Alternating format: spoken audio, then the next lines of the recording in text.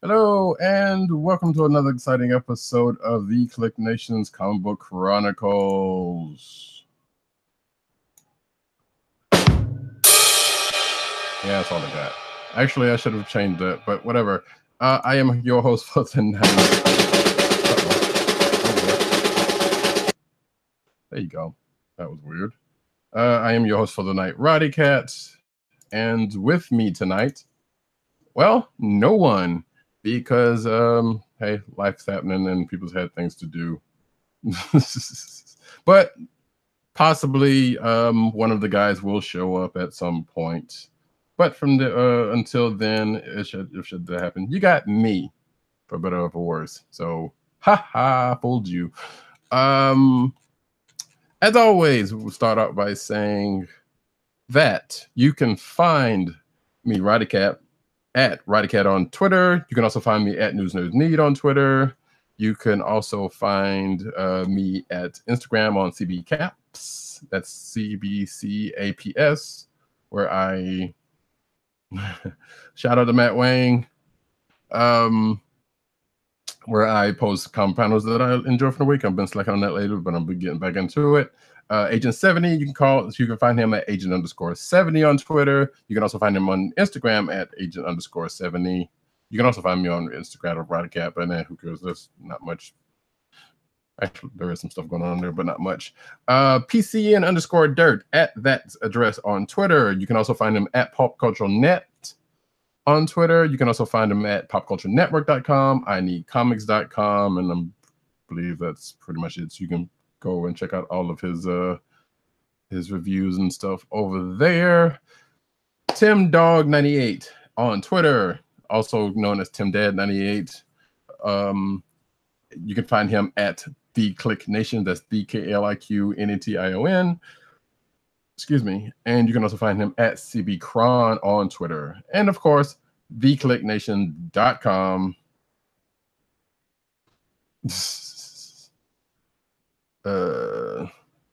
And CBR, where he's putting in work each and every day. So, you can also find this podcast at cspn.us, along with a bunch of other good podcasts and whatnot. Go check them out. There's some good stuff for there. You should really do it. You can subscribe to this podcast on Google Play, Apple Podcasts, aka iTunes. We're on SoundCloud, also under this Cold Slither SoundCloud banner. And you can also go to shop.cspn.us, get some merch over there, help us out, get some nice Comic Book Chronicles swag. I should have worn my shirt tonight, but I did not. That being said, like I said, since it's just me, this is probably going to be a relatively short show. Well, we've got a lot of news. San Diego Comic-Con is going on right as we speak. And there's been news coming out there. We'll probably hit a little bit of it. We got Man on the Ground. Shout out to Matt Wang 97. Matt Wang 97, who's boots on the ground as he always is. So hopefully we're looking to see some good stuff from him. We should probably have him on the show next week if he's around, so we could get his impressions of what's going on. Like he's always there. And the rest of us, I don't think has ever gone to San Diego, because that's not easy ticket to get into. So, especially if you haven't gone before. But nevertheless, I'm sitting here looking at Twitter right now, which I probably shouldn't be while I'm actually doing the show.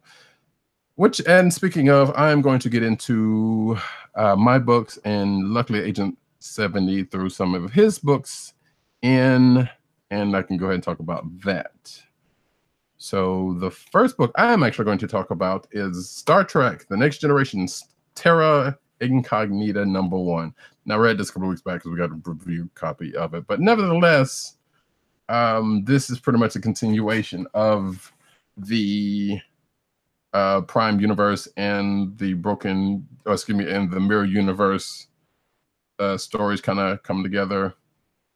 In this case, we have one Mirror Barclay, Lieutenant Barclay, who at the end of the last Okay, I get to that in a second. Who at the end of the last miniseries, kind of stowed away in on the Prime to the Prime universe. So everyone else went back to the mirror universe with the exception of him. And now he's took it upon himself to take the place of one Reginald Barkley in the Prime universe. He's got him held captive in his room. And after a amusing dialogue with himself, he tries to go out and takes Reginald shifts, and he finds out that how different the mirror universe, the Prime universe, is as opposed to his own universe. And he's sitting here thinking that, well, he's going to go and try to take over, and find out it's not that easy to do. This takes you know what, I wish I could remember around the time that this could take place, but you see, if you know the character of Ensign Gomez, the 1 or 2 episodes that she played a part in, then she shows up in this.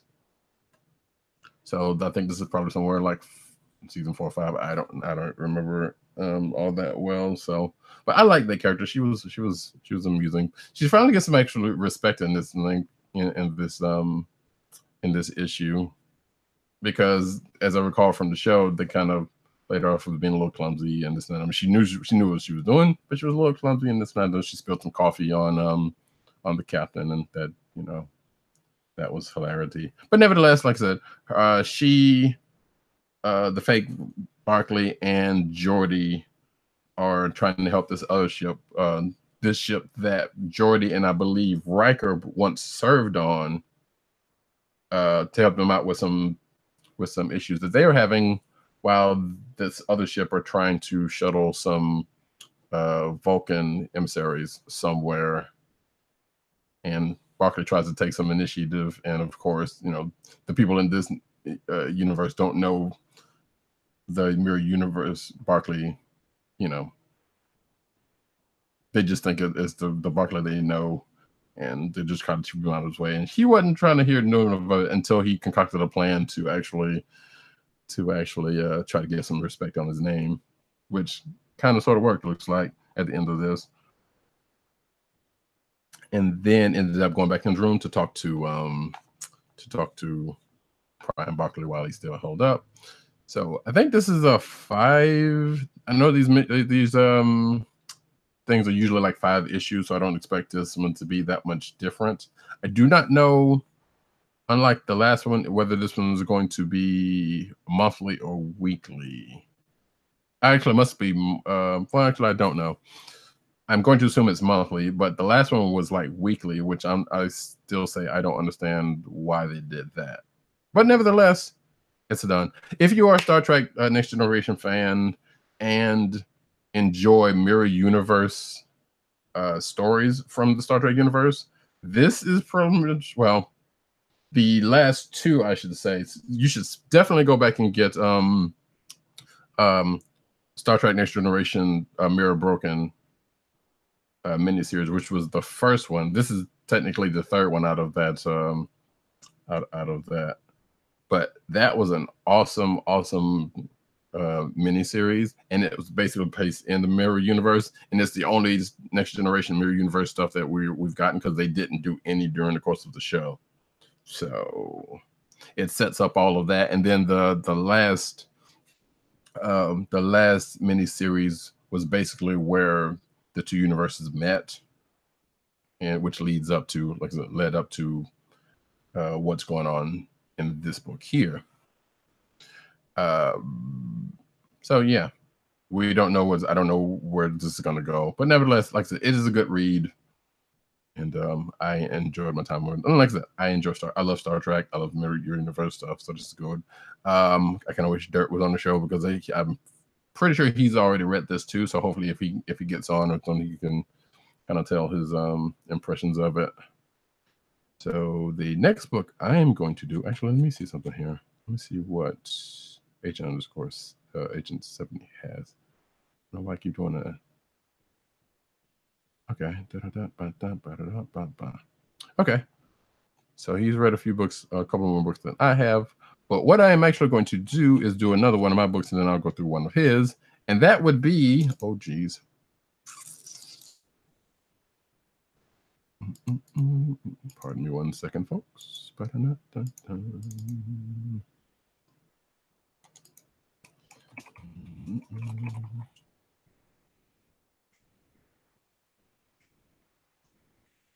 know, riveting, right?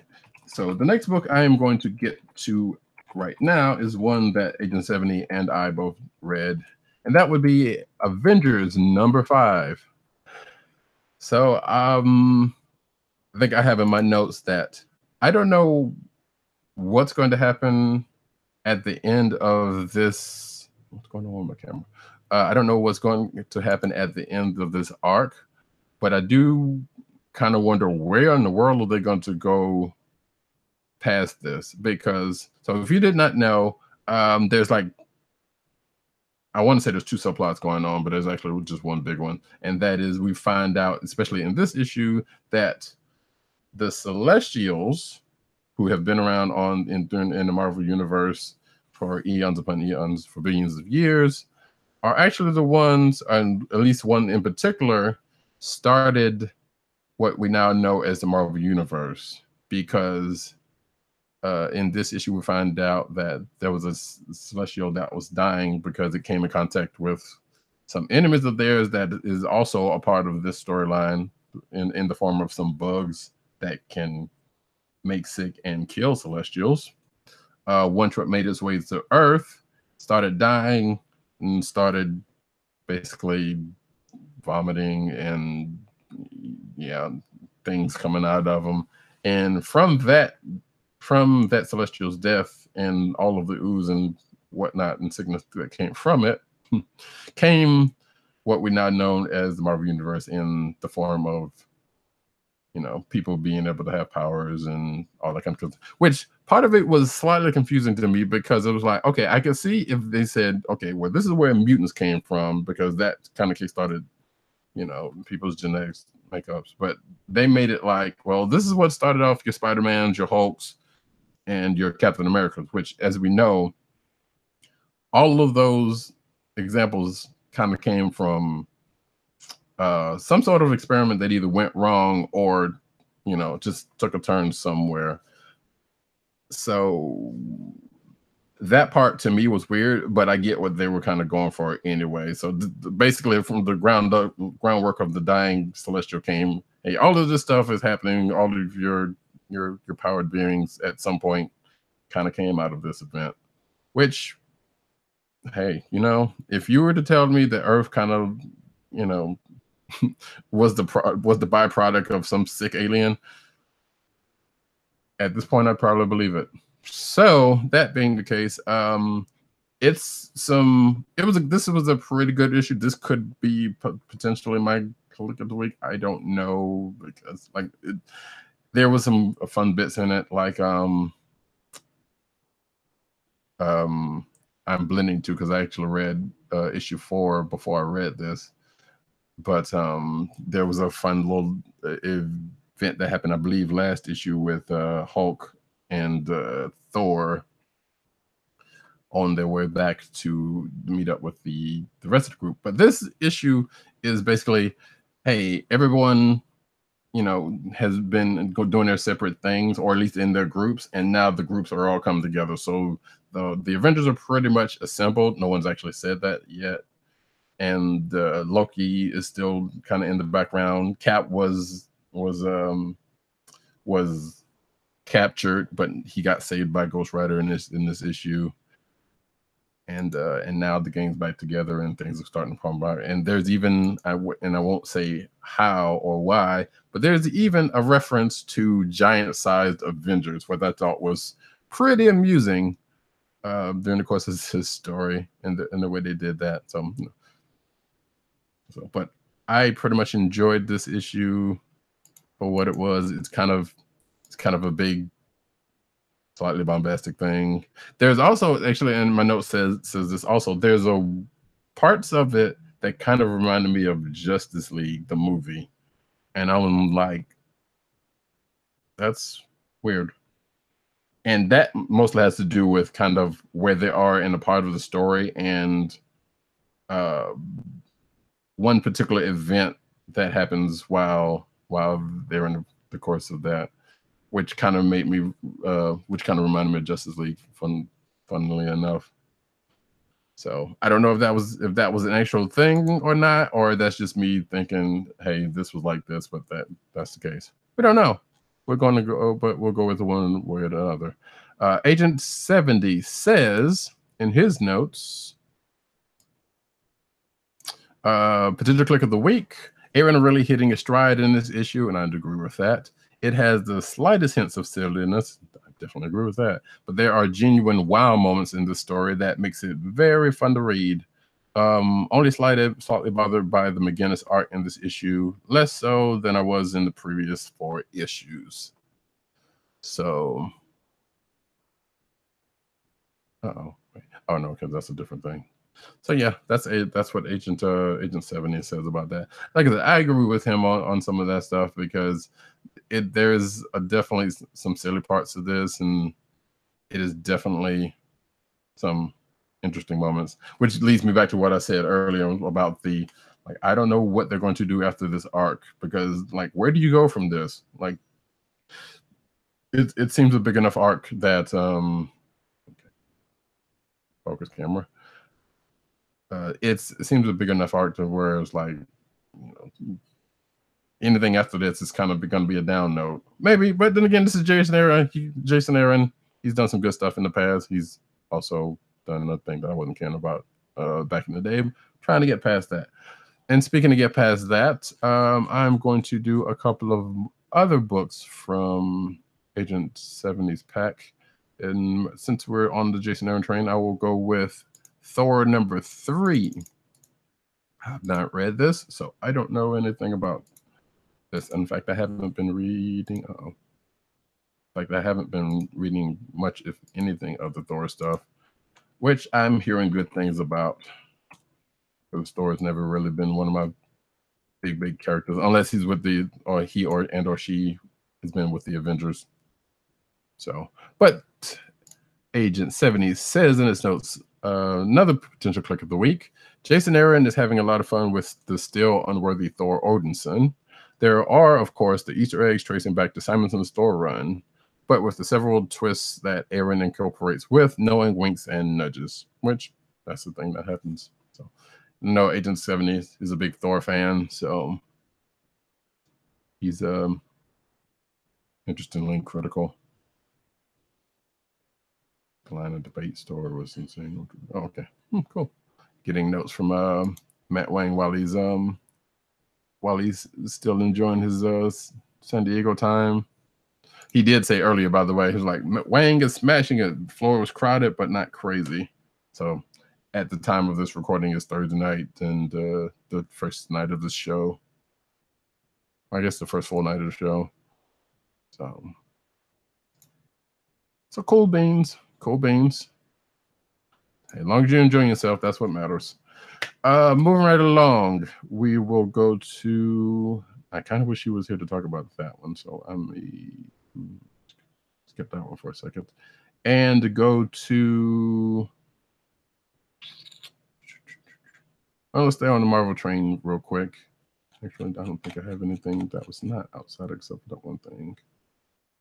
Sure.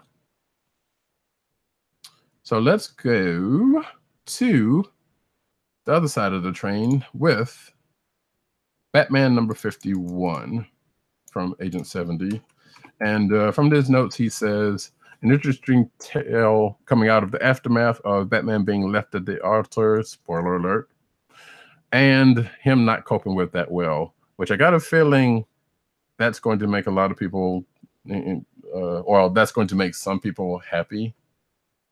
So I wish I had a spoiler bell to ring at this point. Actually, wait, I kind of do, but you know what? Doesn't matter. So yeah, Batman, aka Bruce Wayne, was supposed to get married to Selena Kyle, aka Catwoman, and apparently that didn't go off. I haven't been reading it. Like, only a couple of issues I've read that were probably about a good 5 or 6 issues back. and I enjoyed that. But it is what it is. So that's kind of interesting, though. Because now I'm sitting here wondering. So if you've been keeping up with either the show or the comic book news, you know that that issue 50 got basically spoiled by the New York Times.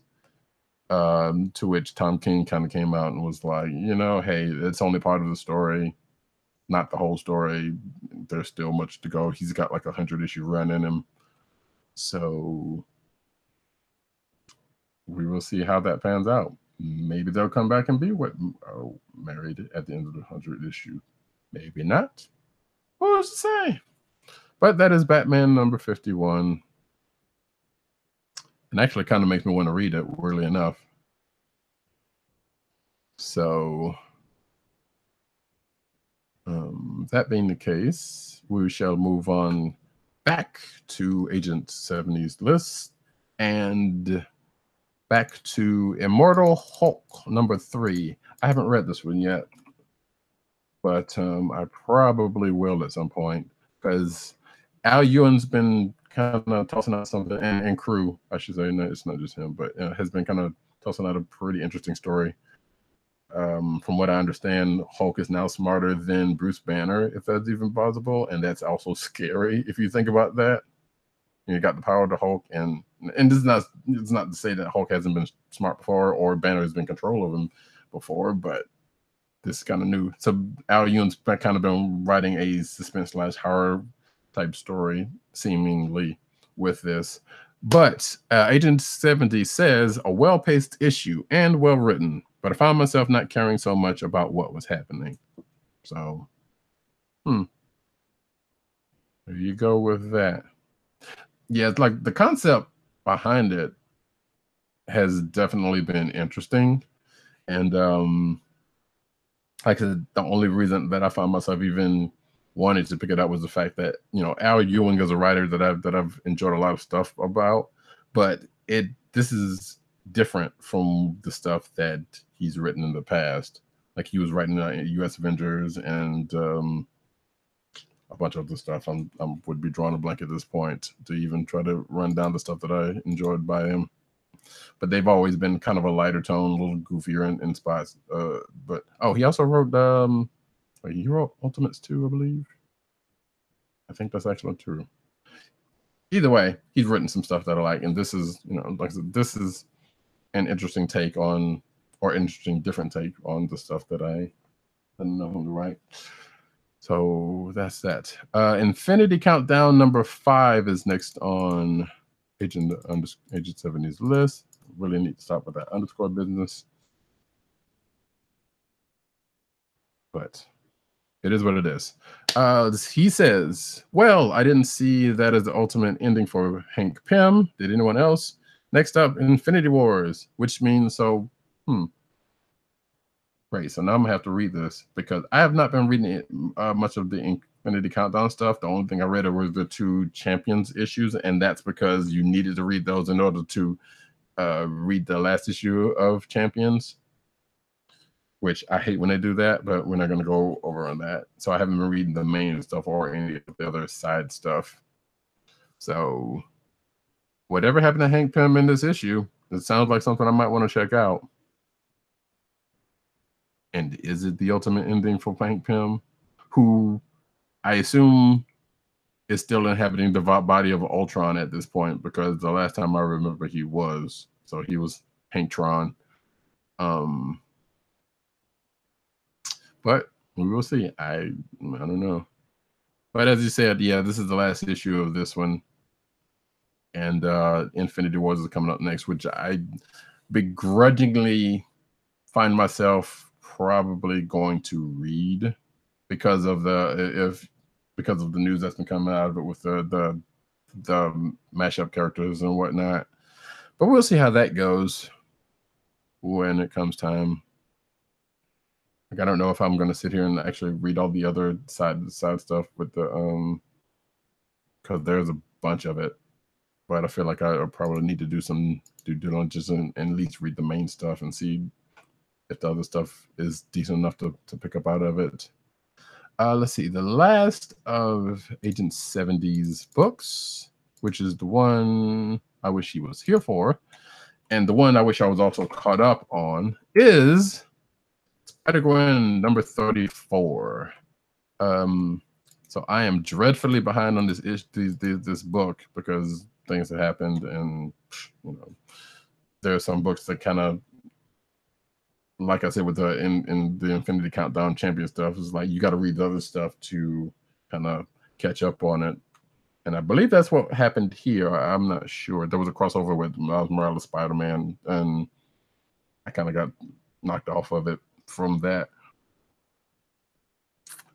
But it is what it is. This is the final issue of Spider-Gwen, and I'm sad to see this go. But hey, everything happens.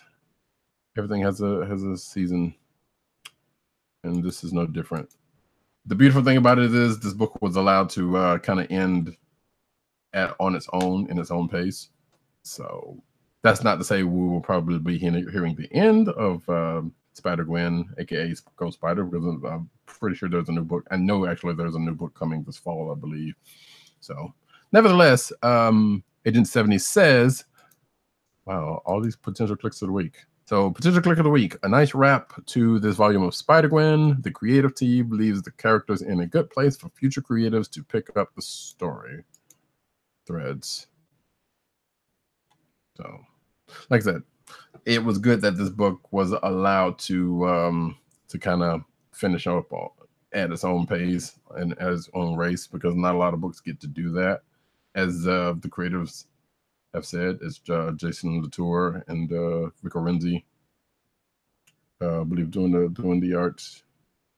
So it's good. Like I said, Spider-Gwen was an awesome character. This book was great. Like, some people had issues with the art style of it, but to each his own on that one. And I know we keep coming back to that, but it's just kind of funny. But yeah, I'm going to have to catch up with that book and finish reading it. Like I said, it was a book I very much enjoyed when I was on top of it. And at this point, I guess we're kind of at rapid fire, which you might as well say this whole show so far has been rapid fire, because it's just been me, and you're either gonna get rambling me or short me. So you take your pick, folks. Let me see, what do I have actually? Oh, yes. Actually, another book I wish Dirt was here for, and that would be Injustice versus Masters of the Universe #1. So this is another DC / Masters of the Universe crossover, which Masters of the Universe is under the DC banner, so it is what it is on that one. But the Injustice universe meets Masters of the Universe. At the beginning of the story, we see, which I totally forgot about because the last crossover was He-Man versus the Thundercats. And near the end of that, and I totally forgot about this, pretty much everybody on Eternia found out that Prince Adam was He-Man. So from that, we go into this one, in that you see He-Man at the beginning of this fighting fake He-Man, aka Faker, who apparently tried to take over the kingdom of I don't know if that came out in like a He-Man story, because I haven't been reading any of those, and I'm not even sure if that stuff still actually comes out consistently, now that I'm thinking about it. But he's fighting Fakor with what seems to be the end of, apparently Fakor had him trapped someplace, him and some of the other Masters of the Universe trapped in a place. They finally got out. So this is the final battle between them. But come to find out, during the course of this battle, well, one, people did not know He-Man, the fake He-Man, was Faker until it got exposed. And two, they liked him more than the actual He-Man, aka Prince Adam, as we see in the beginning of the story, which causes Adam to kind of have some doubts. about himself, which his mom, Queen Marlena, who is from Earth, if you did not know, tries to cheer him up a little bit. And there's some interesting writing with her that came out of this. But we come to find out that Zatanna and Swamp Thing from the Injustice universe has been spying on Prince Adam, aka He-Man, for months, and they go to try to recruit him to help fight the Superman of the universe, aka Super. Well, I don't want to call him. He's a dick. Let's face it. But the regime starting Superman of the Injustice universe, who, if you did not know, so the beginning of the first Injustice, Superman ends up killing Lois and his unborn baby because the Joker did some stuff, and that set the ball rolling to Superman trying to take over the world, which he did, and then Batman led the resistance. And obviously, well, not even obviously, but you may or may not know, this all comes from a video game called Injustice, which they're fighting each other and other folks. And of course, you got good and bad guys on either side. It's a pretty cool story. Like we've said this before, Batman versus Superman would have been a awesome beginning of the Injustice movie, of an Injustice movie. That's probably what that should have been, realistically. But we got what we got, and we got what we got. So if you're interested in what I just said about Injustice, you should check that out. So they've done Injustice, and that got to a point. Then there's Injustice 2, which I think is still going on right now, where they had Superman in captivity. Then Brainiac tried to take over, so they had to let Superman out to fight Brainiac. And then, of course, what happens? Superman takes back over again, and he uses some Brainiac tech to take over and be a little bit more ruthless than he was during the course of the first Injustice. Including, because you see some things that apparently are going on in this issue of Injustice versus Master of the Universe, where Superman has what I assume to be an android's version of Batman, because Batman of that universe is on Eternia trying to recruit Prince Adam during the part of this, which he ends up doing at the end of it. So at some point we're going to see a fight between He-Man and Superman. And I know some people have been wanting to see that. I kind of want to see that. I am curious as to the way that's going to go. Because as we know, and the reason it was sound, actually, so because He-Man got his powers from magic, has a magic sword. Superman weak to magic. So that's kind of the basis of why Batman's trying to recruit Prince Adam. And on the other side of that, Superman has been trying to collect all the magical artifacts that he could find with the help of one Skeletor. And I'm giving away the whole thing. But if even the title of this this miniseries, which is 6 issues, by the way, is of any interest to you, you probably want to read it anyway, because like I said, I'm not telling everything, just about the main beats of it. Nevertheless, it seemed like it's going to be a cool crossover. But like I said, Batman tries to recruit Prince Adam, which he does, and Superman's trying to get all the magical items so that couldn't be used against them. Ooh, interesting. Just saw some news that I might want to pop in here at some point. I don't know where to put it, but I will do that in a minute because news is coming up. So yeah, and Superman has the help of Skeletor, which got taken care of at the end of He-Man and Thundercats, if I'm not mistaken. So here we go. Ding. So I kind of love this crossover. Was actually pretty. I mean, well, it hadn't really started in full yet, because at the end of this issue, someone else comes into the picture, because there's another little subplot that I didn't actually mention.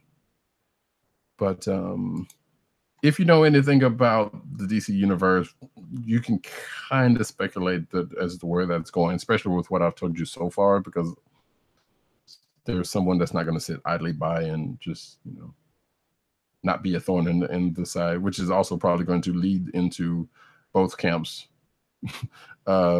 teaming up as opposed to fighting each other. I'm quite sure of that. But that is Injustice versus Masters Universe #1. I'm hoping this comes out pretty good. I did say in my notes that I'm being curious to catch up on the Masters of the Universe comics, which I know there have been. I don't know if there's a current ongoing or not. And the Injustice stuff, because the Injustice stuff is actually, from what I remember reading from the first one, and the game's also pretty good if you like fighting games, is a pretty cool story, and it kind of goes places.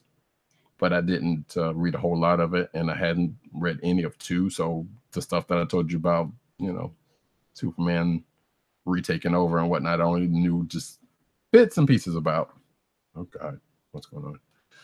So there is that. Check it out if you wish. Last but not least is, and this is going to be very brief because I kind of skimmed this, admittedly, and there's a couple of books I wanted to get to that I didn't have a chance to, and that was Star Wars Poe Dameron #29.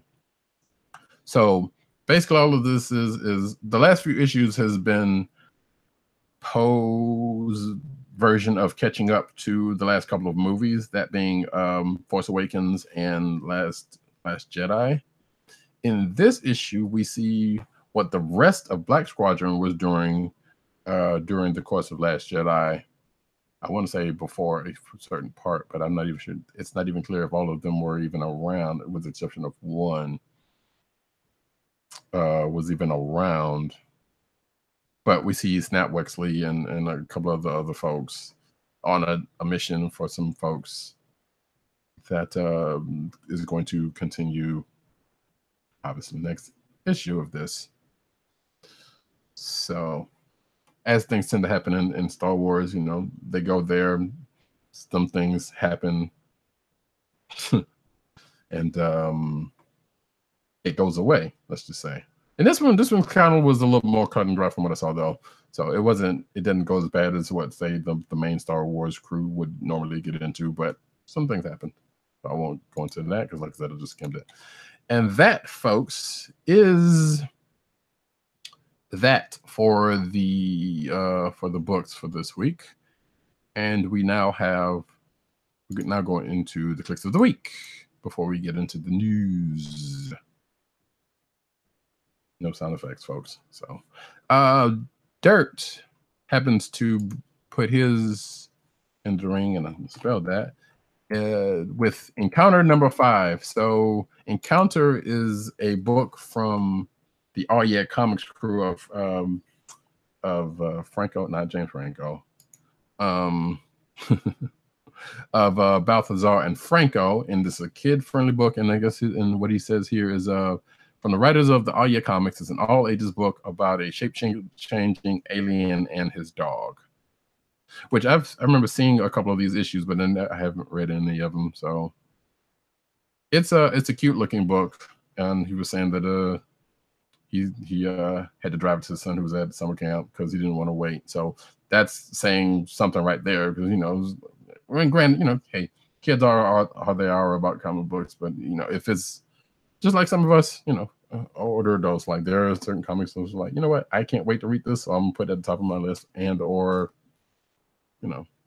try to get to it as soon as possible. He also says if you read the Titans, it's kind of the same flavor. Which, yeah, the All Yeah Comics kind of have that all ages flavor to it, and it's cute and kind of fun, and that doesn't get too serious. But it's a good all ages book from what he says. So there's that. No one else put in their clicks of the week, and mine,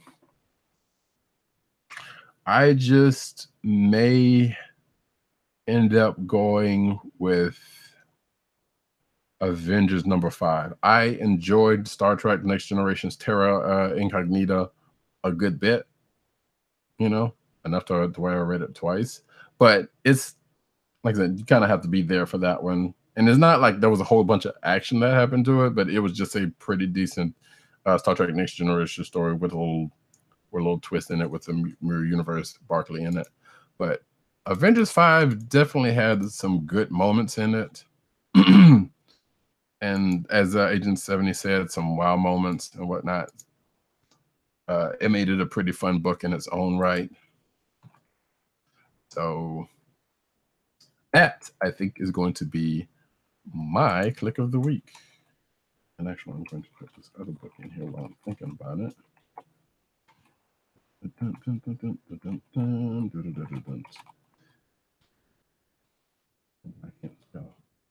So we move on from there into, well, before we do that, actually, we need to do an ad read. And boy, my voice is going to feel really bad after this night. Let's see.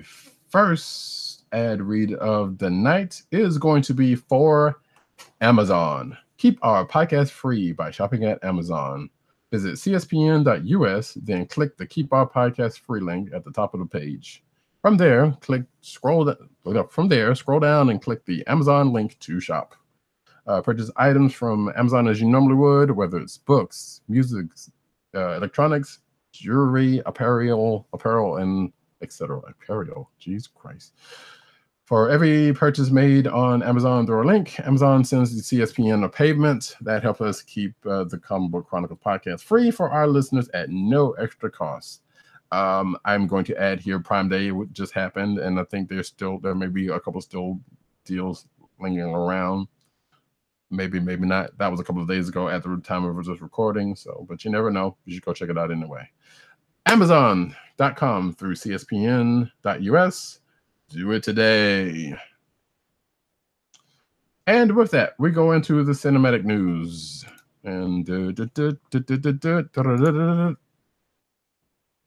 should have had my my soundboard proper and ready. But nevertheless, here we are, newsbound. And we start off with Star Trek 4 eyeing Walking Dead Black Panther star Denai Guerrera for a role. Actually, this is not the only role she's up for. I believe they have been eyeing her for the new Godzilla movie also. So the awesome, beautiful Denai Guerrera getting in that work. So I'm happy. You know, and if she's going to be on this next Star Trek, I'm definitely happy about that because, hey, you know, I love me some Star stuff. What can I say? And you knew Star Trek 4 was coming, so it kind of it is what it is on that one. It says here that so it says here she will likely also be reteaming with her Avengers Infinity War co-star Chris Hemsworth, who was also in the first Star Trek as George Kirk, which we found out a while ago that he may or may not be alive. Well, who supposedly died at the beginning of the first Star Trek, the 2009 Star Trek, by the way, not the Kelvin universe. So either this is going to be some sort of flashback before then, or something. Maybe he made it. He got Borgified or something. That sounds like something they would have done. So yeah, that's going to be cool. I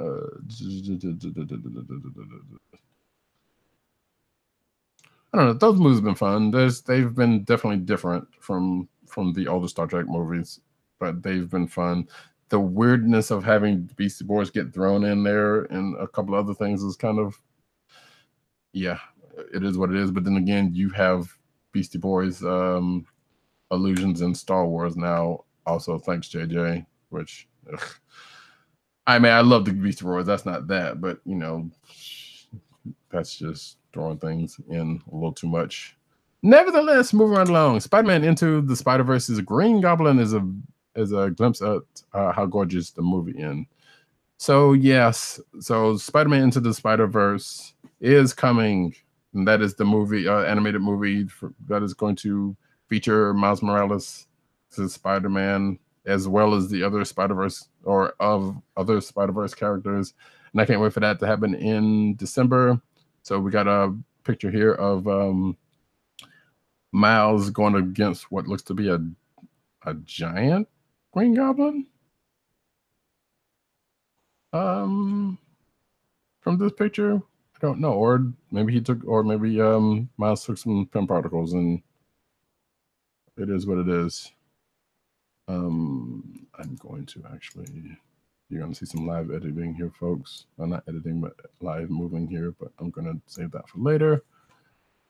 And do this. You don't want to see that. And so yeah, there is that. Like I said, that movie's coming out, and oh wait, see. Yeah, Sony dropped a new still image from a fight between Miles Morales and a hulking dragon of a monster, Green Goblin. So yeah, that's a good looking picture. I can't wait to see that picture regardless. So Black Widow movie hires Kate Shortland as first solo MCU female director. So yes, the Black Widow movie is still coming. We now have a director. We have a writer, and obviously Scarlett Johansson's going to be the lead of it. So we will see how that goes. There was also, I may have gotten to this later on, but there was another story in that Adrian Padalecki, aka Mockingbird from Agents of S.H.I.E.L.D., and other things she does, wants to be a part of the Black Widow movie, which I'd be down with because she's kind of awesome as Mockingbird.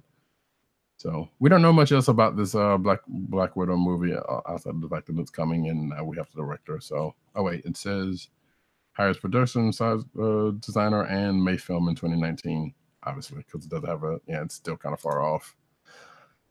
In speculation news, and I gotta see if actually I missed something, which I don't think I did. Good. We believe Captain Marvel has cast Rick Jones, and everyone just missed it. Now I read this piece, and I'm like, really? This makes no sense. But if you've got the link to a show notes and you've seen this article, then you have seen where this rabbit hole of speculation goes down. They're basically saying the TLDR is that DeWanda Wise, who was cast in the Captain Marvel movie, who everyone suspected, including myself, to be Monica Rambeau, could very well be the female version of Rick Jones because they have gender bent MCU characters in past movies. And this article kind of goes through the lengths of showing connections and what could be the case. And I'm still sitting here like, that's a stretch. And I will be but as this article actually goes as to say, and DeWanda Wise actually had to leave, and Lashana Lynch is now the one that's in whatever role that's going to be. But this article does say that, well, if it is Monica Rambeau, then she would be much, much older by the time Infinity War, the next Avengers movie comes by. Which I'm sitting here like, well, so would Captain Marvel, that being the case, because Captain Marvel is set in the 90s, and Infinity War is like 2016, 2017, something like that. So yeah, I don't know. But we also don't know if any of that is actually true. They spelled Monica Rambeau's name wrong in this article, which, okay. So anyway, yeah, and if you did not know, Rick Jones is a long-time Marvel character. He's had ties to Hulk, the original Captain Marvel, aka Marvel. And I think that's also where this person is linking that to this Captain Marvel, in a sense. Except for I don't think it'll go down the same way because, yeah, his link to Marvel was an actual link. But hey, we'll see. I've spent way too much time on that article. Cloak and Dagger EP teases classic comic book villains for season 2. I have yet to watch Cloak and Dagger yet. I'm hearing good things about it, but let's see. 710 issues have now aired. One indication the story is getting minutes. The two characters are beginning to spend more time together. Yep. Does it say here? Some of the stuff I hadn't been able to read.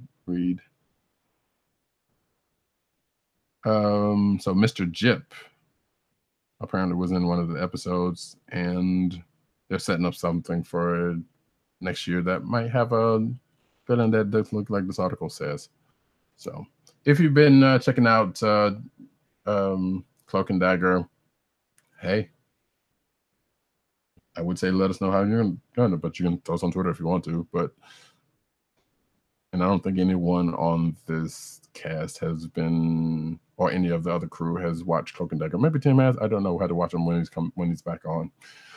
But Agents of S.H.I.E.L.D. Season 6 to begin shooting this week. And that was, well, actually, that was this week.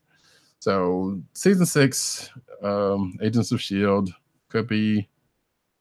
could be filming this week. This news comes from, I guess, Chloe Bennett's Instagram story that says that this could be happening. The upcoming season received 13 episodes as opposed to the 26 or the 20 or so as normal. So yeah, as you can see here, a picture of Chloe Bennett, and yeah, there you go, right there. That other stuff with her, whatever boyfriend, I'm gonna leave that alone because hey, that's between her and that idiot. Anyway, Incredible Hulk actor Edward Norton throws shade at Marvel Studios. So Ed Norton played the Hulk in the Good Hulk, which was the second Hulk movie. Yeah, and also was the one that is actually in the MCU proper. So apparently he was at Bruce Willis's roast that Comedy Central had for him. And I guess he got to talking to a reporter around that time, and Norton says, told the crowd that, wait. So Norton, who played the lead character of Dr. Bruce Banner in 2008's Incredible Hulk, told the crowd in attendance that he was difficult to work with during production of the film because of his writing. Now, okay. This is where I say, Ed, this is not the first time that that Ed Norton's been known to be difficult come around filming stuff. So, all right, take it for what it is. But he says, and I quote, I wanted a better script, Norton said, according to a tweet from the Hollywood Reporter's Ryan Parker. So it doesn't exactly says what else he said about that, just that. But apparently Marvel Studios released a statement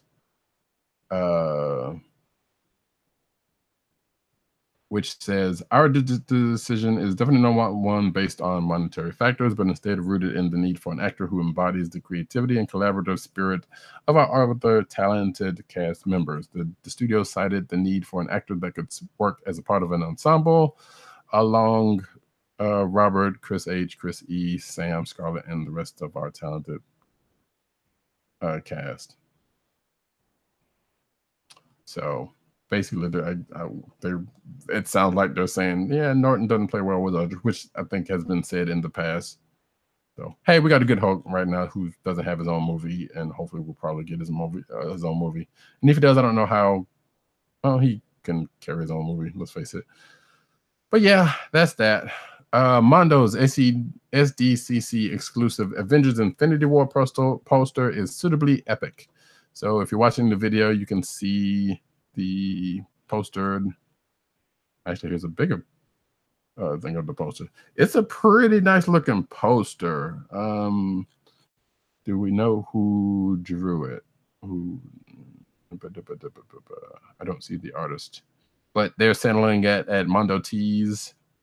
at San Diego Comic-Con on Sunday. Limited time version of the poster will go up on sale at mondotees.com. Oh, here we go. Matt Taylor illustrated the poster, which is a 24 by 36 inch screen print. The Comic-Con poster will be priced at $80 and can be purchased at the Mondo booth for $35 starting Sunday.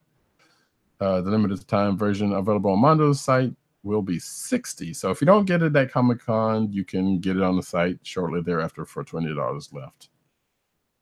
So again, there is the poster. Go check it out. Iron Fist Season 2 motion poster teases the Steel Serpent. So yeah, there's a tweet from the Iron Fist. I hope I actually did say Iron Fist, but the Iron Fist Twitter account with the Iron Fist logo in neon, and yeah, features a green neon sign for the Iron Fist logo. We get a hint of Season 2 story where the neon sign abruptly highlights the red logo of the Steel Serpent, sworn enemy of the Iron Fist. So there you go. I am still trying to work my way through the first season of Iron Fist, and I still haven't watched Luke Cage Season 2 yet. So there you go. I think Agent 70 has watched Luke Cage, and everybody else, well, anybody who exactly cared to watch them has watched it already. So more Iron Fist news. The Iron Fist Season 2 release dates revealed. Misty Knight joins cast. So as some of you may know, Misty Knight is a one-time lover of one Danny Rand, aka Iron Fist, and has shown up in the Luke Cage. I know she was in Season 2, Luke Cage, and the first season actually, where she got her start. So they may be working up to the romance between her and Danny. So that's cool. Plus Simone, because just awesome. Anywho's, the second season is scheduled to hit Netflix on September 7th, which I guess is a good thing that I'm going through the first season now. For what it's worth, I'm pretty much halfway through. It hasn't been bad, but it's slow. Fox shareholders sues to stop Disney merger. So yeah, that's still up in the air, folks. Disney's trying to buy up the world, aka buy up Fox, so we get the family back together again and other things. But apparently a Fox shareholder is trying to stop it for some odd reason. Well, 21st Century Fox shareholders are poised to meet on the July 27th, which is coming soon, to discuss Walt Disney's bid to purchase the majority of the company's assets. Not everyone under the Fox umbrella appears to be on board with the House of Mouse. According to the Hollywood Reporter, Robert Weiss is leading other Fox shareholders in a lawsuit filed with Delaware Federal Court, which alleges that a proxy statement filed on June 28th omits or misrepresents the company's financial projections and the data underlying financial valuation analysis from Goldman Sachs and whatever legal shit and financial shit, trying to get some more money out of it, I would imagine. I don't know. One way or another, this is going to come to an end at some point, whether it be by Thanos or gobs and gobs of money. Stan Lee and POW Entertainment launched new comic series Workforce. So if you've been keeping up, there's been, and I know there's at least one other. Well, that's not Stan Lee Watch technically. This would probably be a part of Stan Lee Watch. So you know that there was a lawsuit from Stan Lee against POW Entertainment, and we talked about that last week as to how that played out, because he dropped the lawsuit and POW kind of came out with a statement. Apparently they're still working together though, because as reported by Deadline, Stan Lee's Workforce will debut on the 17th, which is already passed, at therealstanley.com, with new chapters released every Tuesday and Thursday. Details are scarce, but the trailer indicates a motion comic voiced by Lee. Following the day in the life of writer, creator, movie star, and now boss, Stan Lee, Workforce chronicles the comic adventures of the comics legend and his team of super-powered office mates as they battle adversaries ranging from interdimensional monsters to sentient copy machines.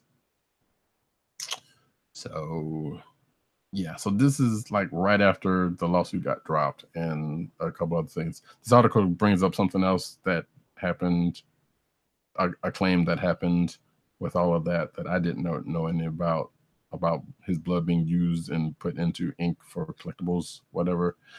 I don't know. The whole Stanley thing has been a wild ride, and hopefully probably slowing down, not unlike the man himself, hopefully. Henry Cavill reveals which Superman comic he wants to adapt. And actually, I took a read to this, and it is Superman for Tomorrow, looks like, which is Superman 204 through 215. Looks like Cavill was talking to some folks, and I guess they asked him what he wanted to, which one what he wanted to do. I've not read this because I'm not too up on the Superman, all of Superman stories. I read some of them, but not a whole lot, so I don't know what this For Tomorrow one is, which is luckily this article says so, and it says the storyline took place 1 year after The Vanishing. I still don't know. Where 1 million people disappeared from Earth, including Superman's wife Lois Lane. Superman had been talking over his issues with a fatally ill priest, Father Leon, since The Vanishing. Eventually, he traced the effects of The Vanishing to a Middle Eastern country whose tyrannical leader has a superpower being working for him. Yada yada yada. This is a Brian Azzarello story with generally doing the art. I don't know. I'm actually kind of curious to see, go back and see what it's about. Boy, it would be great if DC had a Marvel Unlimited style archive. I would probably pay for that because there's a lot of DC stuff that I am not up on, and I don't feel like continuing to buy something by graphic novels. I mean, trades for that.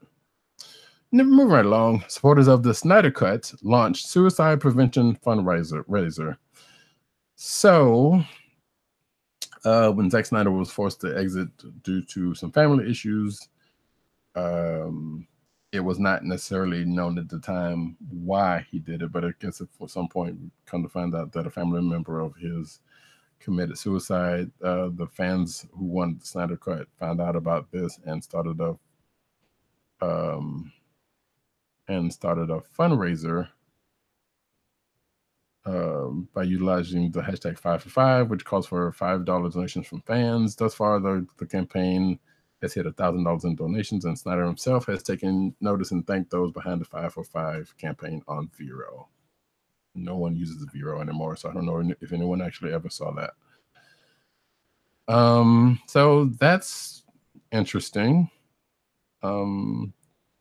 I don't know, that whole petitioning for the cut in the first part. I've got thoughts on that. I'm just gonna let that go though, because it's, yeah, this was a good thing. Let's just focus on that. So moving right along, Black Canary Huntress Renee Montoya, Cassandra Cain to anchor Birds of Prey movie, which we talked about a little bit of that last week. It is in development.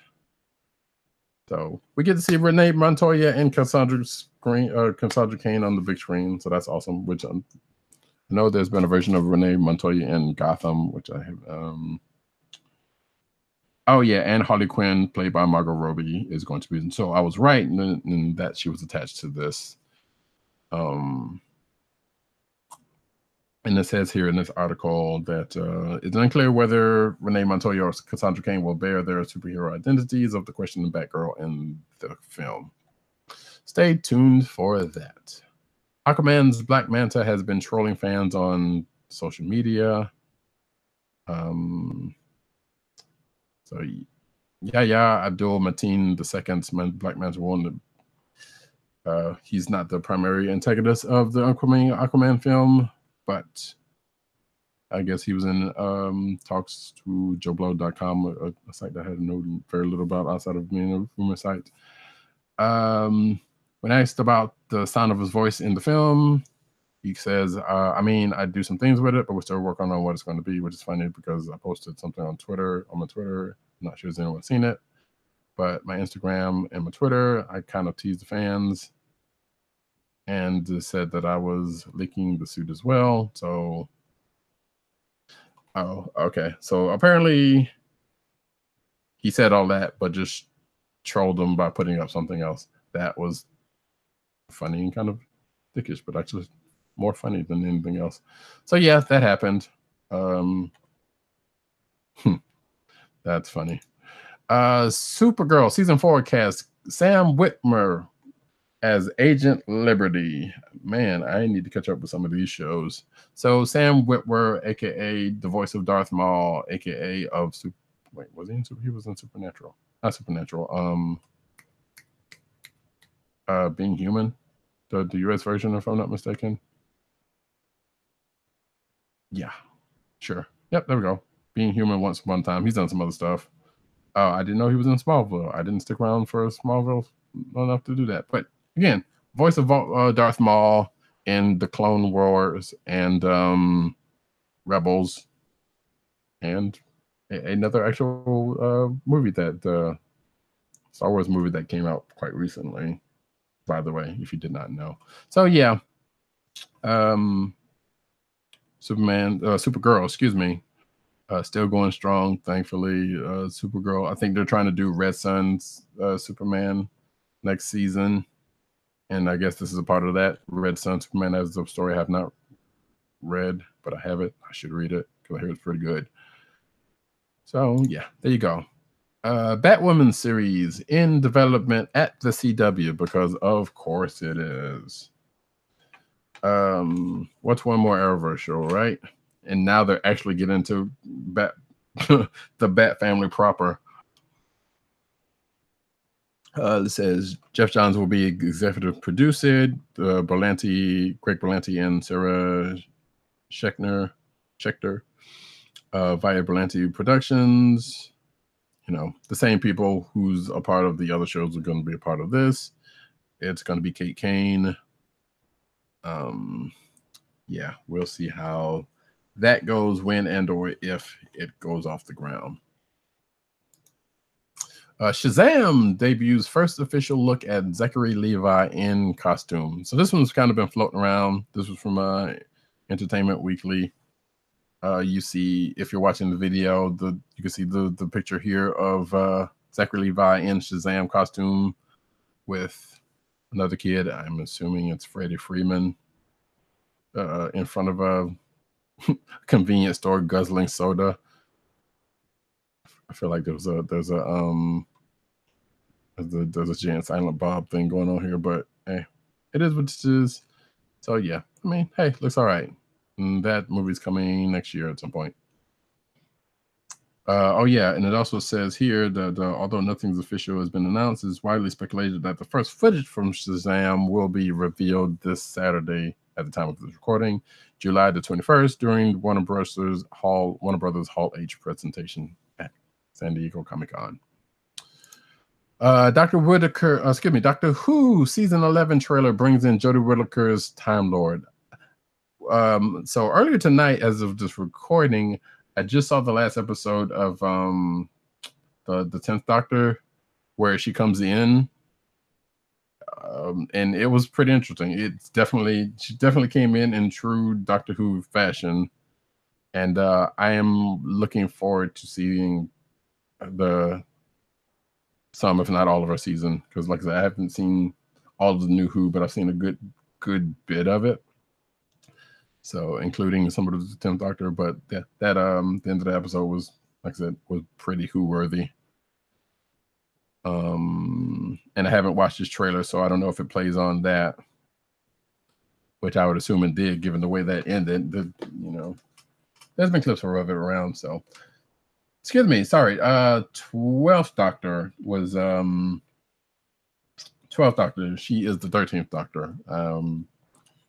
And it's hard to keep all of that. And I keep wanting to call him John Frobisher, even though that's a character he also played in Doctor Who in Torchwood. That's kind of funny. So yeah, that's that. We're looking forward to, is that, I think that's going to be season sometime this fall. I'm pretty sure that's when that starts, or sometime soon actually when that starts. See photos from the new She-Ra series helmed by Noelle Stevenson. So this has been a thing on social media, and in the last few days, there's a video showing, and I need to stop it, showing the old She-Ra clip. But if you're watching the video now, you can see a picture of this new version of She-Ra. That's good. I'm digging the art style on it. This weirdly has and at least for me, Battleship Brigade type animation style, but I'm pretty sure that's not what they were going for. But you also see another picture here. Here's a picture of the cast for DreamWorks She-Ra and the Princesses of Power. So, and a little bit more art from it. So I'm curious to see what this is going to look out when this actually drops. Because, yeah, it was an interesting look at short sounds of, the different dudes and things. Of course, you're going to have your detractors on social media and some idiots talking about things, and I wish those people would die. I really wish those people would die, because this is really ridiculous. It's for kids, and it's for, well, I'm sure kids are kids at heart. Let's put it that way. And if it's not for you, okay, fine, but you don't have to be, you don't have to say certain things just because it's not what you want. It's not even for you. How are you a grown behind dude talking about a kid show that's, one, for kids, and two, you can say targeted for women, you might as well say, but you have a problem with how it is or how it looks or who's behind it? How stupid do you sound doing that kind of stuff? But there are stupid people, and I'm not gonna say, but the majority of the stupid white people that are talking about this are a certain group of dudes. Moving right along, Netflix is going all in on the Millarverse with a live-action Jupiter's Legacy series and more. So Netflix and Millar World continuing to make that money, or to start making that money. So that's a thing. There's a couple other things. And yeah, we'll see more on that as time goes by. I'm just going to try to run through some of this stuff kind of really quick because my voice is starting to go. Aftershocks, The Lost City Explorers coming to TV. So in the trend of everything comics coming to TV, which, yeah, it's starting to get a little bit much at this point. But good for Aftershock Comics, because at this point it's going to get it's going to get pimped out until it's pimped out no more, and dry and crusty sitting over in the corner, shivering for the last gasps of breath. But anyway, the Lost City Explorers is a sci-fi series focused on a group of teens who become underground urban explorers after a mysterious expedition leads to the disappearance of one of their fathers. So that seems interesting. The book is written by Zach Kaplan with art by Alvaro Saraseca and colors from D. Cunif. So I haven't really checked out much Aftershock comic stuff. I think Animosity was the only one I've checked out, and that's kind of interesting. But I don't know. Should probably check out some more of that stuff at some point, because I hear they're doing some pretty decent things over there.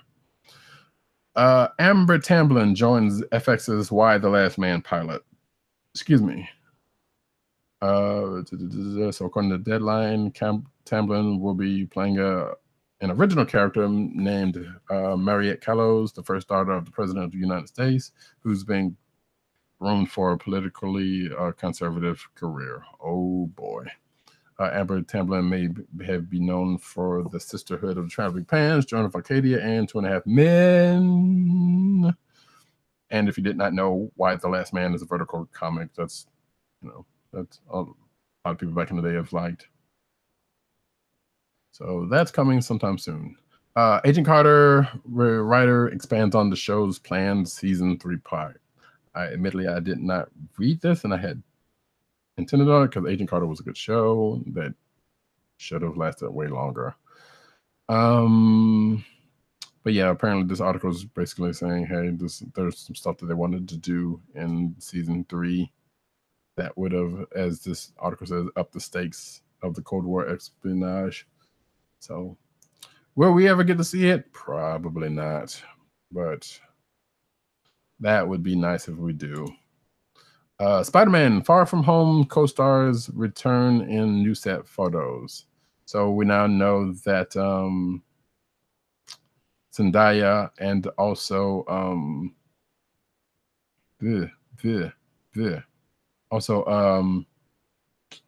drawing the blank on dude's name. That's very good. Jacob Batalon, who played Ned. There we go. Who played Ned, are going to be back for Spider-Man Far From Home, which, surprise. So yeah, apparently this was an Instagram story from Zendaya's account that shared that. So cool. It looks like that movie's coming out next July 5th, 2019. Cool. Last in cinematic news, I believe it is. No, it's not, because that's right. There's a couple other things. The Dark Knight is returning to theaters for a 10th anniversary IMAX re-release. Yes, The Dark Knight, which was sadly Heath Ledger's last movie, but arguably the best or a great version of the Joker, which basically made that movie, because let's face it, those Dark Knight movies were decent, but they were not great. Personally speaking, I say that. And I love Christopher Nolan. I keep saying that. So they were decent. The best part about Dark Knight was definitely partially due to this Joker. So yeah, that's a thing. But it's let's see. When is it coming back? The film will be screening at California's AMC Universal City Walk IMAX, New York's AMC Lincoln Square IMAX, San Francisco Metreon, and Toronto's Ontario Place Cinesphere IMAX. Tickets for the limited engagement go on sale Friday to July 20th, which is tomorrow at the time of this recording. And I've said that. I wish I hadn't died for every time I've said that this episode. Some news I just saw right before starting this. Star Wars The Clone Wars to return with new episodes. So apparently Dave Filoni talks with StarWars.com, obviously, about finishing the classic anime. So yes, so Star Wars The Clone Wars, which is, if you're a Star Wars fan, you should go check out that series because it's awesome. Rebels is also awesome too, and I'm saying that as unbiased as I possibly can. But Clone Wars is the deal. It did 5 seasons, and then it did kind of part of a 6th, which I believe is still on Netflix, so you can go check all of that out. And there were some absolutely great stories in there, but they never did finish that 6th season up. So so this is basically them saying it looks like they're going to let's see, it's going to finish that up. So just announced by Dave Filoni at San Diego Comic-Con during the 10th anniversary celebration of the beloved animated series to Star Wars The Clone Wars, will be returning with 12 all new episodes on Disney's direct-to-consumer streaming service, of course. Created by wait, okay, whatever. The show first aired in 2008, became entry point. Yep. We are you by this time you should know what the Clone Wars is. If you don't, again, Netflix, go hit it up. But like I said earlier, they never finished it, and now it says here, the Clone Wars ended after 5 broadcast seasons, which is true because basically season 6, or what they called season 6, were basically some lost episodes and stuff that they, kind of finished with. I think probably kind of came in other parts of the seasons, I want to say, because it was a little disjointed. A few post season 5 episodes were later released as Lost Mission. Okay, so that's what that is. Like I just said, but the story wasn't over. Fans have clamored for Disney and it was finished, and that's true because there were some questions I still have with how that ended up. So apparently that was not season 6, that was season 5. But I think I want to say the DVD kind of built a season 6, and that may or may not work, or I'm just completely wrong. Regardless, Clone Wars is coming back. That's awesome. They're going to finish the fight. Shout out to Halo. Cool beans. I cannot wait for that. Does it say when that's going to happen? It just goes into, it probably does. But regardless, stay tuned for that. It's going to be, yeah, that's going to be cool. More Clone Wars is always a good thing because, like I said, there was some good stuff in there. Some Iron Fist news to kind of round the stuff off. Alice Eve to play Daredevil foe Typhoid Mary in season 2. Alice Eve, actress who I don't want to say best known, but you've seen her in Star Trek Into Darkness as Carol Marcus. At least that's where I know her from. She's playing on a bunch of other stuff, so I don't want to just limit her just to that. So she's playing Typhoid Mary. And knowing what little I know about that might be a pretty decent pick. I don't know. So a Daredevil character coming into Iron Fist. Sure, why not? That tends to happen. And apparently they're still updating that story. So it is what it is on that one. We are now going into the comic book news, and holy crap, it is going on some time here. Doc Ock gets Superior again for new title this October.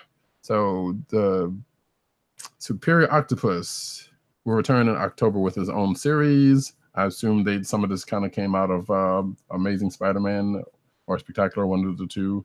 I don't know because I haven't been reading either of those books. But apparently it says here that Octopus was last seen in Amazing Spider-Man 800, taking the pseudonym of Elliot Tolliver to teach at Horizon University after seemingly turning a good new leaf. Superior Spider-Man was a great book. I enjoyed it, and then I just dropped it near the end because, or at least at the end, I should say, when it was about to end, and I never did really go fully back into the Spider-Man stuff. No word on the creative team on this one, but apparently we will find out more on Friday, July 20th at San Diego Comic-Con. So stay tuned next week where we'll probably have more San Diego Comic-Con news.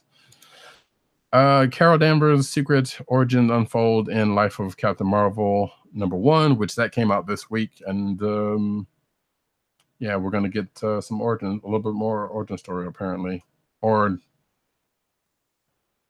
I guess more origin story than we've had from Carol previously. So, like I said, Margaret Stoll, who's been writing Captain Marvel, the last volume, Margaret of Captain Marvel, is writing this with art by Carlos Pacheco and Marguerite Savage, covered by Julian Tino Tedesco. That's out there right now, by the way, if you want to go check that out. So, because that came out this week. Infinity Wars acts as an alarm clock for, there was also, I don't know if I have it in here. I hope I do. It's the next one up. Infinity Wars acts as an alarm clock for Sleepwalker. Sleepwalker. Now there's a name I haven't heard in many a time. Many a year. Basically it's a 90s character who could float through other people's dreams. Not unlike Doctor Strange, not unlike Night Mask from the new universe. But regardless, neither here nor there.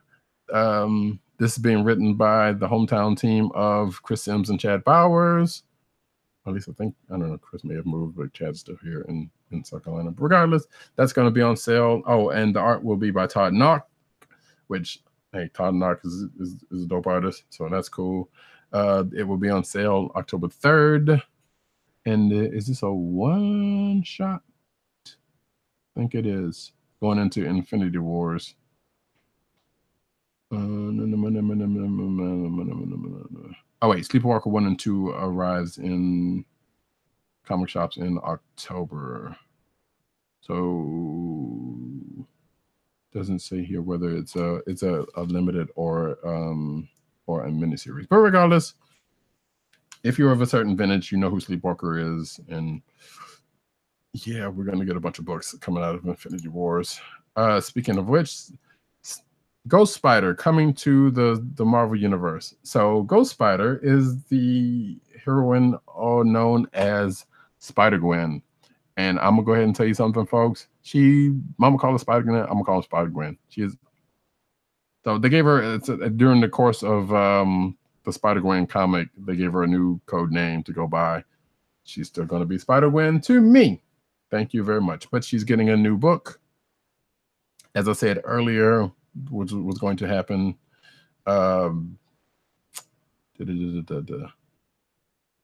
And that is going to, they'll be talking a little bit more about that also on the 20th at 12:30 during Marvel's panel. So yeah, but basically, hey, Ghost Spider's getting a new book, aka Spider-Gwen, coming out sometime this fall, probably. Which again, Spider-Gwen ended this week with issue 34. So kind of figured that was coming. Good stuff. I know I saw a tweet from one Tim Dog 98 hoping that with these other news like Ghost Spider and whatnot, that we would get some news about a new Miles Morales ongoing. But as far as this recording, I have not heard a thing. But anyway, X-Men Black series coming this fall. So keep in mind that I think Gold and Blue are both ending and X-Men Black is coming. So go figure that. So here we see an image of Magneto titled Hearts of Darkness. The image features Magneto, like I just said, which recently led a dark version of the X-Men and Uncanny X-Men and has since shown up in both Blue and Gold. So yeah, I'm assuming Magneto's going to be needing another team as far as that goes. Marvel revised What Ifs with a series of one-shots. So this is amusing to me because I used to enjoy What If. So What Ifs, if the name doesn't say or tell you anything, were basically mostly one-shot stories, but it was a series that was from back in the 80s and 90s, or actually 70s through 90s, probably, where okay, so you had like, hey, Infinity War ended this way, but what if it ended another way? What if as this picture suggests, what if the Punisher was Spider-Man? What if someone else took the mantle of XYZ character? You know, what if Captain America was president, which I believe actually came true, which leads me to what I'm about to say. In that, this was a series that had a lot of stuff like that. What if the Beyond the One sequel or something like that? You know, it was just like basically an event happened, but went one way, but they tried to show a story from whether it went the other way. Most of the time, the story kind of, for the most part, ended relatively positive, or it ended up kind of turning back around to where it seemingly positive. But there was some good stuff out of that. And like I was saying, there was some what if stuff that actually ended up going into the Marvel Universe at large now, which is funny to me because actually I had an article that I had scripted up a long time ago that has never seen the light of day about some of that stuff that actually came true. One of which, well, you can argue that Captain America one that I just mentioned kind of came true, but nevertheless, I want to say like some part of the Ultimates kind of was a what-if story at one point. But regardless, it's stuff like that. So there's going to be there's going to be 6 one-shots coming out later this year, probably obviously around the time of Infinity Wars. Whether they'll have anything to do with that or not remains to be seen at this point because it doesn't say so here.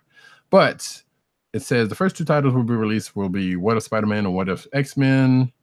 These titles will explore what would have happened if Flash Thompson became Spider-Man. Like I said, that kind of stuff what happened earlier. I feel like there was a story about that already. Could be wrong. I don't know. I will have to check Marvel on Net to see what's out there for that stuff. But yeah, Flash Thompson became Spider-Man instead of Peter Parker. What if the X-Men lived in a digital world? Really? Like, don't they do that now? Anyway, What if the Punisher will explore a world where Spider-Man is the Punisher, and what if Ghost Rider will cross over the spirit of vengeance into the real world, whatever that means. And there was another one, which I think it says here. Yeah, here we go. What if Thor, where the god of thunder is adopted by the frost giants at a young age instead of his brother Loki being adopted by Odin? So I would say a kind of a red sun Superman type situation is going on there.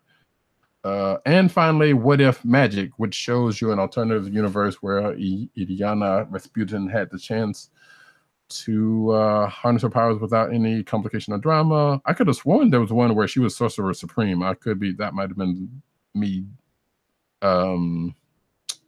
me inferring that from the picture that I saw. But there is that, and I guess we have some pictures of it. As you can see here, they're relatively big pictures. So there's the Ghost Rider one, and there's the Thor one, and okay, yeah. So this was the picture that I saw, and yeah. So she looks like she could be Sorcerer Supreme. They're just not saying that because that's Doctor Strange's cloak. But yeah, so those are coming. I'm definitely probably going to check out a couple of them, or may even check out all of them, because those what if stories are usually kind of end up being kind of sort of interesting. And again, some of them ended up folding back into the Marvel universe at large. I should probably do that article. Loki just revealed the shocking origin of the Marvel universe. So this kind of goes back to Avengers number 5. So we kind of already talked about that. So I will move along on that because I pretty much told what happened with that. Marvel's Punisher relaunch delayed as series gets new artist. I did not know there was a new Punisher coming out, but sure, why not? Simon Kudransky replaces the original solicited artist Riccardo Pichelli.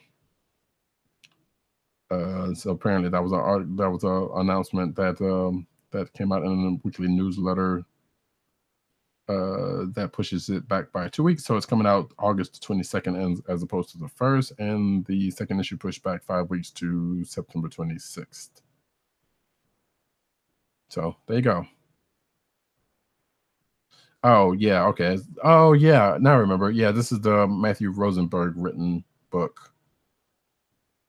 So that's the thing that's coming. John Byrne returns to the X-Men in Alt History Elsewhere's run. So John Byrne, one would say an iconic Marvel writer. Wait, wasn't he editor also? I can't remember. It ended up being, but regardless, he is one of the other ones that is he's up there with Claremont, you might as well say. And I think he also drew.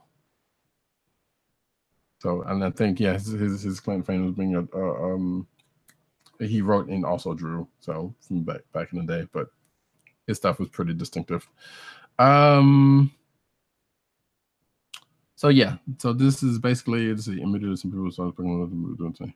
So it sounds like this is going to pick off on some old threads that John Byrne had at the end of Uncanny X-Men 136.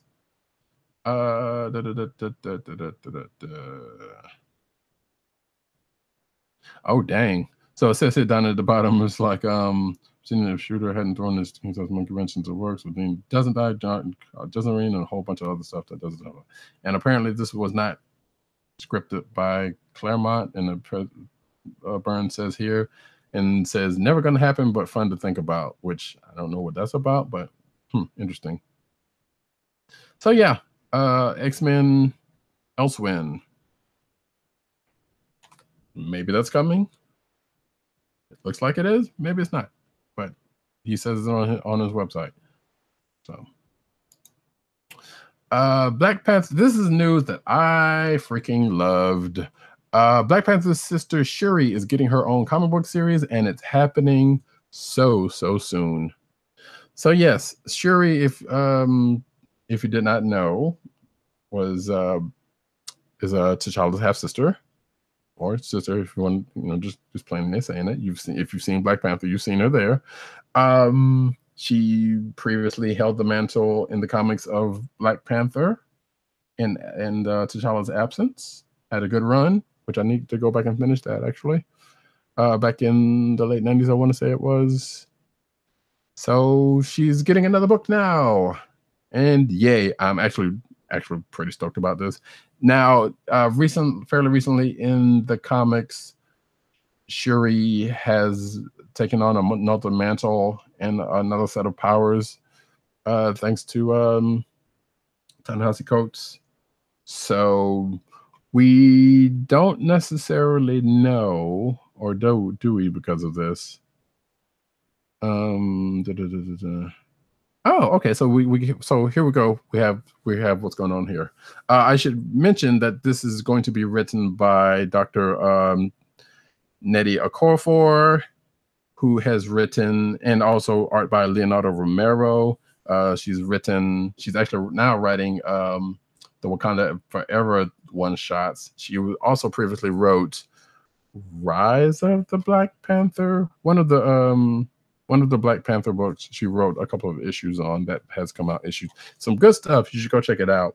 And she also has another book from another company, which names escapes me at this point. But she's a writer. She has a bunch of novels of her own, which all told are pretty good. Who Fears Death, which is an acclaimed one, and is also going to be made into an HBO series. Oh, okay, yeah. Black Panther, Long Live the King. That was her. Rise of the Black Panther was someone else, and I apologize to both of you. Evan Narcissus wrote Rise of the Black Panther. I apologize for both of you for that mix-up. But nevertheless, this is coming soon, and it looks like on October 18th, this will focus on Shuri's journey in the face of a tragic event. Black Panther is lost in a mission in space, which we know from the first couple of issues of his book. Recent volume of his book, Leaving Wakandans, asking questions, which now that it puts me into court, that gives me some questions because we weren't really sure where the space story was going or whether it had anything to do with anything going on back home, or whether it's just kind of a outside story. But sounds like to me that it is. So therefore, anyway, Leaving Wakandans, asking questions about who should lead in his absence. As his little sister and the next in line for the throne, Shuri is pulled from her happy place. Oh, wait a minute. From her happy place, her lab full of impossibly genius high-tech gadgets, and into a much heftier role. So this is taking cues from the movie and not the book, because like I said, Shuri is not doing anything technical in the Black, or in the last volume of the recent Black Panther book. So they're actually taking this from the movie. Interesting. And into a much heftier role. And she's also been the leader of Wakanda when she, in her role as the Black Panther, because like I said, T'Challa was not around. So I guess this is basically another situation like that. So it says here she'd rather be testing gauntlets than throwing them. But a nation without a leader is a vulnerable one, and Shuri may have to choose between Wakanda's welfare and her own. So kind of going through a similar thing T'Challa's had to go through back in the day, or some would say still goes through. So again, I'm looking forward to this, and that little wrinkle that she's not the Shuri from, or I don't know if they're going to blend that, but like I said, the last version of Shuri that we have in the comics is not the version that they showed in the movie Black Panther. Far from. So that's going to be interesting. Again, and here's a picture of it, which I saw this picture of it, and I guess I should have inferred that. But and you can also see her in the costume she has on now is kind of the one that they have that they put her in on the comics. So I guess maybe they're blending the two. I don't know, but I'm curious to see how that's going to play out. But yeah, but like I said, good news. I'm looking forward to this. I already have it on my pull list. And definitely we'll be talking about it on the show when that comes out. Marvel and IDW initiates comics and trade paperbacks for young readers. My voice is going, so is my brain, and I need to get up out of here soon. But so Marvel and IDW is apparently doing some young adult trade paperbacks, and IDW is going to be the one publishing them. Which you would think they would have done that with their Marvel Rising stuff, as opposed to putting them out as single issues. That seems weird. But that's launching in November 2018. The collaboration will kick off with a Spider-Man series featuring both Peter and Miles Morales, followed by an Avengers series beginning in December, and the Black Panther series in January of 2019. Each of these titles will serve as an easily accessible jumping-on point for younger readers to follow the adventures of their favorite characters. So good on them from doing this. Why they didn't do it with Marvel Rising, I don't know. That's weird.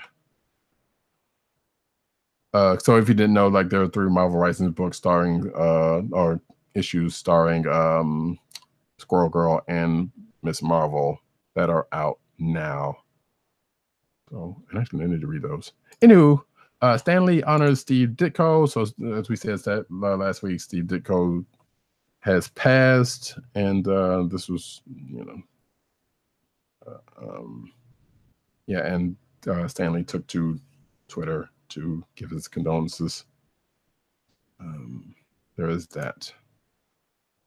Look inside superstar Bill Sienkiewicz's SDCC story sketchbook. So yes, again, San Diego Comic-Con's on. Bill Sienkiewicz's is doing a sketchbook, and he's going to be selling it there at Comic-Con. So if you're a fan of his art and you are there at the show, and Alex Ross is also doing one, and they're both going to be sold there. There's going to be a signed version and an unsigned version. And it looks like if you're not attending, join the waitlist for this sketchbook in signed and unsigned versions starting today. So I guess so if you're not at San Diego Comic-Con, you can still get a copy of Sienkiewicz's sketchbook. And hopefully, well, by the time, because this is a couple of days old, it's a few days old, so hopefully you can probably get in on that still. If not, I'm sorry for you. Marvel San Diego Comic-Con convention exclusive. So yeah, as per usual with the stuff, there's a lot of swag and stuff that they're selling at the San Diego Comic-Con. These are a bunch of pins. There's a couple of posters, t-shirts, looks like tumbler sets with Infinity Stones. That's kind of neat. And so yeah, some stuff that you probably won't be able to get anywhere else. Oh, I like that Make My Marvel shirt. That's kind of cool. I would rock that. There's a Sweet Christmas in the Public Enemy font. That's pretty cool. Anyway, t-shirts, a bunch of stuff, swag. If you're there, go cop that stuff if you want to. Of course, if you're there, you're probably not watching this. Bait brings TMNT, Bruce Lee Funko Pops, and Wu-Tang Clan Transformers, which I got a message from Matt Wang saying he couldn't make it to the booth, the Bait booth, and he'll try again tomorrow.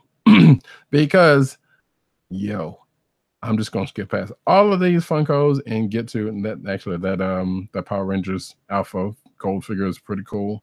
But for me, the Wu-Tang Clan Transformers 4.5-inch figures, I want these. They're $30 a piece and $100 for the set. Hopefully, Matt can get these for them. If not, then I understand because it gets crazy there and people are clamoring for a bunch of this stuff. I think last year there was a Optimus Prime with the same color scheme of black and gold, if you're watching the video, and I could never get it. And the markup on those things has been crazy, and it's sad. I still want one of those, but it's never gonna happen. But it's probably not gonna happen. So yes, so these I don't think these actually transform, but irregardless of that, these are cool, and I want these, and they're probably gonna go behind me on my shelf once I get this room straight. Jason Momoa's comic accurate costume debuts a new figure. So if you're watching the video, you can see what looks to be a mixture of the classic Aquaman figure with Jason Momoa, well, at least the costume part anyway, with Jason Momoa in it. Not like what was shown in Justice League, which is him bare-chested and sprawling, whatnot. So, I don't know. That kind of looks funny on him. But nevertheless, it's a thing. It's out there. I don't think they're selling it. Yeah, I think they might be showing some Aquaman stuff at San Diego. No word as to whether this is out or not. So, DC announces Wonder Woman Justice League Dark crossover. So Wonder Woman is going to team up with Justice League Dark, I guess. Oh, and Justice League will cross over into what's being built as a horror story arc titled The Witching Hour, which finds the superheroes facing off against the witch goddess Hecate. Justice League Dark, which will be starting the issue, which book will be starting next week. And apparently Wonder Woman will be leading when all of the stuff is coming out of metal and whatnot. So yeah, and basically it's her with the magical side of the DCU. Is that Detective Chimp? Really? Okay. Anywho, Mr. Miracle number 9 through 12 rescheduled. So I don't think this is the first time this has happened. But the first 3 issues of the final 3 issues of DC Comics Mr. Miracle has been delayed. The Punisher has notified retailers that the updated release dates are August 1st for issue 10, August 22nd for issue 11, and October 10th for Mr. Miracle number 12. That has actually been a pretty good read. If you liked Tom King's Vision miniseries, which was also 12 issues and kind of did some reconstruction on the character, I think you will probably like this. It is pretty as weird as you would think if you've read, like I said, that one. So where is it going to go? We don't know, but nevertheless, there's been some good stuff happening in the course of it. So it's been delayed. Injustice 2, one of the DC's major heroes makes the ultimate sacrifice. Spoiler alert. Again, like I said, Injustice 2 was not a book I have been keeping up with, but I'm hearing there's some pretty decent stuff. So wait, is it? So, and like I said earlier, Brainiac invaded Earth. They needed Superman, so they got him out of chains. And things happen. So somebody dies. It looks like Booster Gold's dying. Okay. Well, who cares? Yeah, and as the story that arc looks like it was alluding to, like something similar that may have happened in a Guardians of the Galaxy movie or 2. So yeah, Kyle Rayner goes full on Evangelion against the Dark Stars. This is also from Hal Jordan and the Green Lanterns. I'm pretty sure one of the other guys is probably reading this, but I am not, so I don't know what in the world is going on. So the Dark Stars, a longtime rival to the core, has been reactivated, and the Lanterns have been forced to resort to desperate measures. So some things are happening in that book. Cool. Evangelion is an anime and probably slash manga that is well regarded, also slightly confusing, and I don't think finished, but that's neither here nor there at this point, which is why they had that Evangelion reference. I think it has something to do with some giant mechs, if I'm not mistaken, at some point, or at least that was circling around it. But regardless, whatever. New Scott Snyder DC Comics project to be announced Friday.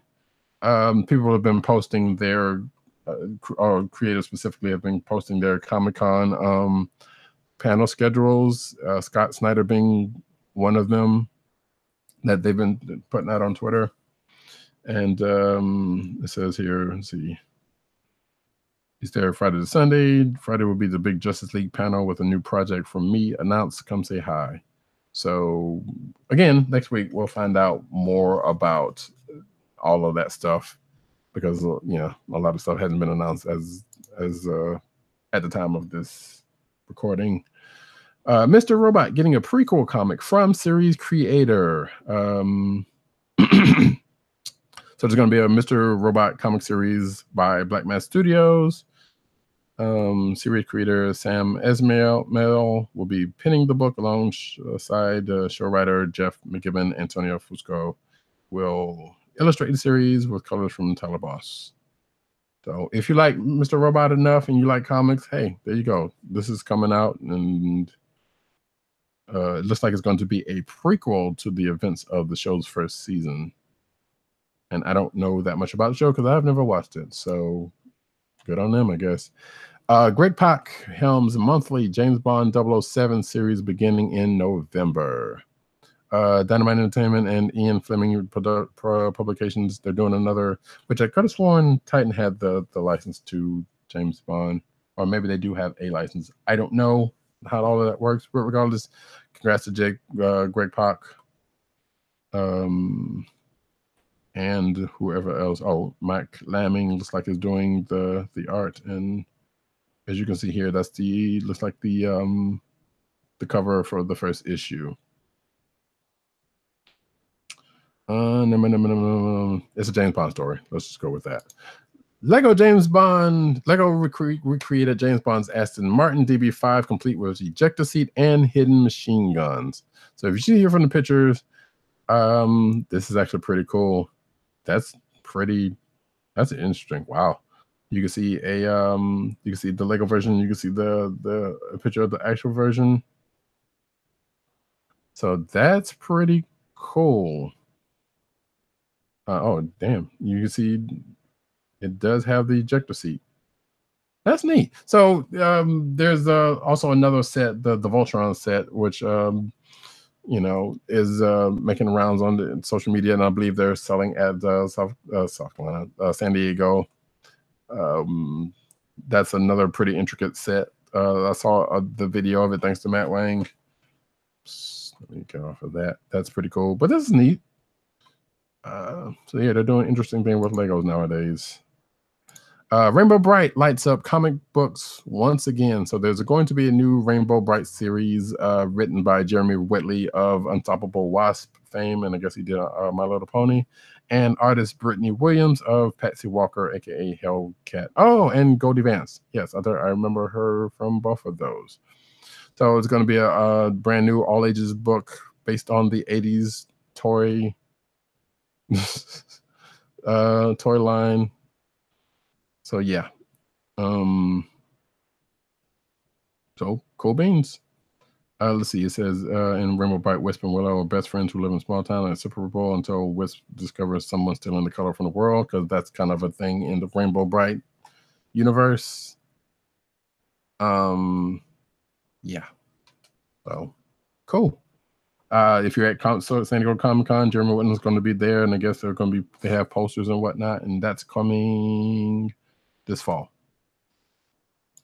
Gail Simone named as chief architect of superhero line Catalyst Prime from Line Forge. So this is big news, because as far as I know, she wasn't doing anything with any of that line, and I need to catch up on a lot of that stuff because there's some good stuff in those books. So Lion Forge's Catalyst Prime universe is a superhero universe, not unlike the Marvel universe and DC. But it's probably more in line if you are of a certain vintage of the new universe from Marvel, whereas it's more grounded in a universe like real life, except for actually more than that, because there's an event that happened that causes people, not unlike the new universe, that causes people to get powers, but unlike the universe, the new universe, it was an accident. Someone kind of spearheaded that, and the big bad is kind of all over a couple of the Catalyst Prime books. Again, I need to catch up on that some because, like I said, Noble and a couple of other Noble and Superb were actually some pretty good books, and there was a couple of other books that were pretty decent. So, but it looks like, yeah. Gail Timon says, I can barely express my excitement over this, and I want to thank Lionforge for inviting me to play in this amazing new toy box. Simone told Heat Vision about the news. Everywhere you look, there's something new and thrilling about this universe, and what we're planning is unlike anything I've seen elsewhere. So good on Gail Simone. She's we talked about last week. She's writing Domino. She's also writing the Plastic Man miniseries, which has actually been pretty good for DC. And she's been, a writer of some acclaim of a long time. So this is kind of a new thing for her. So that's kind of awesome. I'm looking forward to see what happens with that. So congrats to Gail Simone. Oh, wait. Well, hold on. Astonisher number 10. Oh, Priest is writing Astonisher. I'm glad I'm still getting that book then. So yeah, and then this article is going through some upcoming books a couple of upcoming books in the Catalyst Prime line. And it looks like Christopher Priest, a favorite writer of mine, is taking over.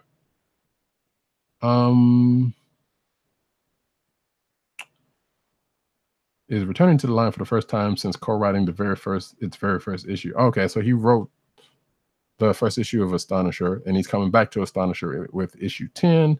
Rodney Barnes, who wrote the previous Falcon series for Marvel, is writing a new book called Quincredible.